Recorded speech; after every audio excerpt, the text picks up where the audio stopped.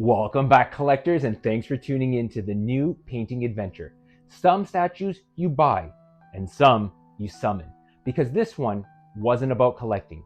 This was about pushing things further than I probably should have. A problem I have dealt with my entire life and am trying to resolve. Ugh, you're the worst kind of autistic. You can't even count. From raw 3D print to something that feels like it crawled out of a forgotten relic chamber. This is my take on the Spawn, Curse of the Spawn to be exact, and I really wanted to do something different with him and test out some paint applications, and spoiler alert, I think it's fantastic. Now, let's get into it and hope for the best. Why do I have to get molested? Because he's not going to molest you. Why? Because you're heavy. For me, Spawn isn't just another comic character. He has been a long-standing antagonist in my collection for over 30 years. He's what happens when power comes with a price you don't fully understand. Al Simmons, a soldier, betrayed, killed, and sent straight to hell. And like most bad contracts, the fine print matters. He makes a deal, comes back, but not as the man he was, as something caught between vengeance and something much more sinister. What always hooked me about Spawn wasn't just the design, it was the psychology. He's not clean, he's not heroic, in the traditional sense anyways. He's layered, angry, and conflicted. And visually, that shows in everything. The textures, the chaos, and the constant feeling that something is wrong. Just to reiterate from a few videos ago, I wanted to show all the pieces I picked up again. I'm still pretty excited and jazzed at how great they all look. Needless to say, I'm thoroughly underwhelmed. So, as all great ideas start, this one began with a long drive, a car full of parts, and absolutely no idea how big this thing was going to feel in real life. When I got everything home, it didn't look like a statue. It looked like a huge problem. But once assembled, you actually get a sense of how massive he really is. This one comes in at a whopping 32 inches tall. And as expected, not everything goes according to plan. Although this print was exceptional, it is not without its faults. One line seems to have shifted mid-print, causing this huge irregularity. Nothing that some magic epoxy putty and sanding can't solve, though. My crotch is itchy. Whoa! And just for fun, here's a quick shot of the piece it was molded after. The original Todd McFarlane Toys Curse of the Spawn action figure. This one, obviously, is a little bit bigger than the original. Alright, so now we can get into it. Here, this is the moment where things really changed. As I was examining him in full 360, I realized something. I didn't want to paint him in the traditional way. No bright colors, no clean comic look. I wanted this to feel like an artifact straight from hell. Something aged, something weathered. Like it had been sitting somewhere for a long time, decaying and causing havoc. So the first thing I did was bring this massive piece outside and take some glamour shots.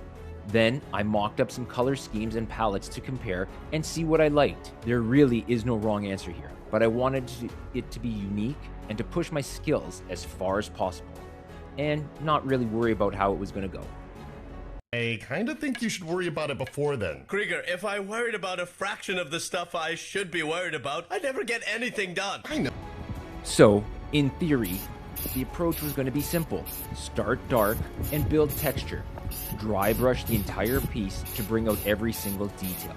And then let the washes do what they do best. Tell the story. Step 1 was easy. Flat black primer the entire monster all over until he was completely covered and sealed. Several coats later, the base was really coming together nicely. Here, I just have a quick still shot of this beast once primed. Even just in flat black, he already looks incredible. A real testament to the exceptional print job. And just for illustrative purposes, I'll include a couple still images as the progression of the paint job. We started with the sub base, then the base, then the statue himself. Multiple layers, multiple washes, endless amounts of highlights. You could keep going on this piece for years and it still wouldn't be complete. Sometimes it's best to just call it when you know it's right. For the purposes of this video, I really didn't want to focus on the painting application, but instead more of a traditional review of this piece, not so much a painting tutorial. Here I have the sub base, highly weathered and rusted out to give that decrepit look I was longing for. The skulls and rusty chains really give this portion of the base a hellish feel to it, and it suits the Spawn cannon superbly, definitely stepping it up a notch here. You called it zeros in the sack. Never happened. Well, someone said it to me last night. Oh, must have been my wife. Immediately above that, we have the actual base. A rocky ridge adorned with heavy munitions, explosives, and multiple skulls. I purposely carried over the aged and rusted look into this base, avoiding direct, realistic coloring in favor of this motif I was going for. Also, we have the first glimpses of Spawn's decaying body. This, right here, this is what happens when a concept stops being plastic and starts becoming presence. Every surface here tells a story. Bone, decay, and something just barely holding itself together. The skin isn't just painted, it feels weathered, layered, like it's lived through something it shouldn't have survived. And that contrast, the cold flesh against the warm, rotting base, it pulls your eye exactly where it should, right into the character. This isn't just a statue anymore. It's a moment frozen right before something very bad happens.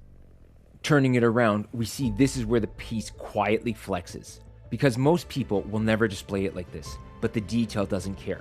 The back tells its own story, layered, muscular, subtle, tonal shifts, and just enough green creeping through to suggest something not quite right. Even the shadows feel intentional here. It's not loud, it's not trying to steal the show. But once you see it, you realize this wasn't designed for one angle. It was designed to exist from every angle. As we examine the piece in its entirety, I feel nothing here is overdone. Nothing feels accidental. The base grounds it, the tones unify it, and the atmosphere ties everything together into one complete vision. And that's the difference between painting a statue and bringing one to life. This is exactly why I wanted to push my painting into something new. This will be consolidated into my Spawn collection in my office upstairs and will thrive there. This one is a Hall of Famer and going on the wall. On the wall, motherfuckers! It's not worth it! Not worth it! And to be honest, the freedom of this experience is where the fun really starts. The severed head, for instance, I didn't want it to feel like part of the statue. I wanted it to feel like it didn't belong there, but also it wasn't leaving. The chains got a little bit of love too. Gunmetal base, rusted out, because nothing in this piece should feel untouched. The base might be one of my favorite parts, to be honest though. Skulls, debris, just layers of history. It grounds the entire piece in something that feels real and ancient as evil itself.